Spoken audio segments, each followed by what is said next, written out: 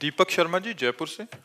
राधे राधे। राधे राधे महाराज जी। महाराज जी, मैं अपने भविष्य को लेकर अत्यंत चिंतित और भयभीत महसूस करता हूँ। हर दिन मेरे मन में अनेक विचार उत्पन्न होते हैं, मुझे उलझन में डाल देते हैं। महाराज जी, इनसे कैसे निकला जाए महाराज जी? नाम जप करो। भूत जो बीत गया है, उसमें जो गलतियां हुई हैं, उसका भी नाश नाम जप से हो जाएगा। वर्तमान परम पवित्र हो जाएगा, क्योंकि हम नाम जप कर रहे हैं, और भविष्य उज्जवल हो जाएगा यदि हम नाम जप कर रहे हैं। भाव कुभाव अनख आलसहु, नाम जपत मंगल दिश दसहु। अगर भजन नहीं है तो तुम्हारे सोचने से उन्नति थोड़ी हो जाएगी। उसके लिए तपस्या चाहिए, उसके लिए पुण्य चाहिए, उसके लिए भजन चाहिए। तो आप भजन करो, नाम जप करो, राधा राधा राधा राधा। एक काउंटर ले लो और खूब नाम जप करो। यही जब अधिक हो जाएगा तो तुम्हारी सोच बदल देगा, तुम्हें सांसारिक उन्नति भी प्रदान करेगा। कि केवल सोच से नहीं होगा, हमको तप करना पड़ेगा, हमको अपने प्रारब्ध को रौंदना होगा, हमको भजन के बल से उन्नति प्राप्त करनी होगी। तो भजन नाम जप करो, राधा राधा राधा राधा राधा। शास्त्र श्रवण करो, सत्संग श्रवण करो, और अच्छा पवित्र भोजन पाओ, पवित्र व्यवहार, अच्छा व्यवहार करो, अभी आनंद आने लगेगा। अब गंदा भोजन पाओगे, गंदा दृश्य देखोगे, गंदा व्यवहार करोगे, गंदी क्रियाएं करोगे, सोच उन्नति की करोगे, तो कहाँ से हो पाएगा?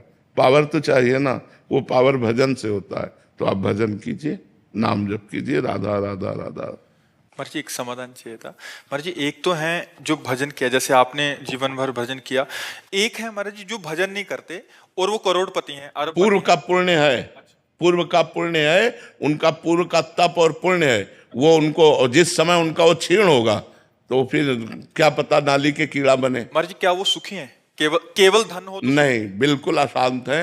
बाहर से भले वो पोजीशन बहुत उच्च कोटि के, आप देखो ना बड़े बड़े अधिकारी, आप देखो जब एकांत में बात करते हैं तो कैसे बात करते हैं। सुख कैसे हो सकता है? सच्चिदानंद भगवान से चित्त जोड़े बिना कामनाएं नष्ट नहीं होती। कामनाएं जब तक होती है तब तक सुख कहाँ है? अशांति है। अशांतस्य कुतः सुखम। हम तो देखते हैं कि गाड़ी है, बंगला है, तो ये कोई सुख है क्या? गाड़ी कोई सुख है? मकान कोई सुख है? एसी में बैठा जल रहा है, अंदर चिंताएं, शोक, उद्वेग, नाना प्रकार के विषाद उसको जला रहे हैं। अगर भगवान में चित्त जुड़ा हुआ है तो फटे पुराने कपड़े भी है, लेकिन परमानंद में डूबा है। न पारमेष्ठम, न महेंद्रधिष्ठम, न सार्वभौमम, न रसाधिपत्यम, न योग सिद्धि अपनर्भवम वा। उसको कुछ नहीं चाहिए, ब्रह्मा का पद भी नहीं चाहिए। 7 गांठ कौपीन में इंद्र बापुरो कौन। सच्चिदानंद भगवान से चित्त जुड़ा हुआ है तो बोले 7 जगह से फटी लगोटी है, फिर भी इंद्र बापुरो कौन। उसके लिए इंद्र बेचारा है। भगवान से चित्त नहीं जुड़ा तो धन या मकान या पद या प्रतिष्ठा कितने दिन।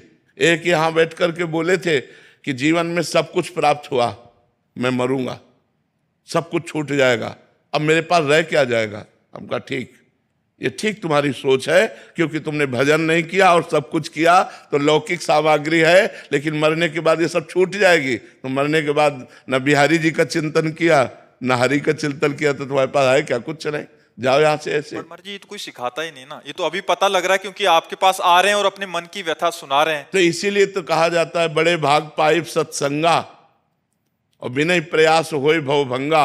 जब बड़े भाग्य उदय होते हैं तब संतों का संग प्राप्त होता है, और जब संतों का संग प्राप्त होता है तो संसार का राग नष्ट होता है और भगवान से प्रीति होती है।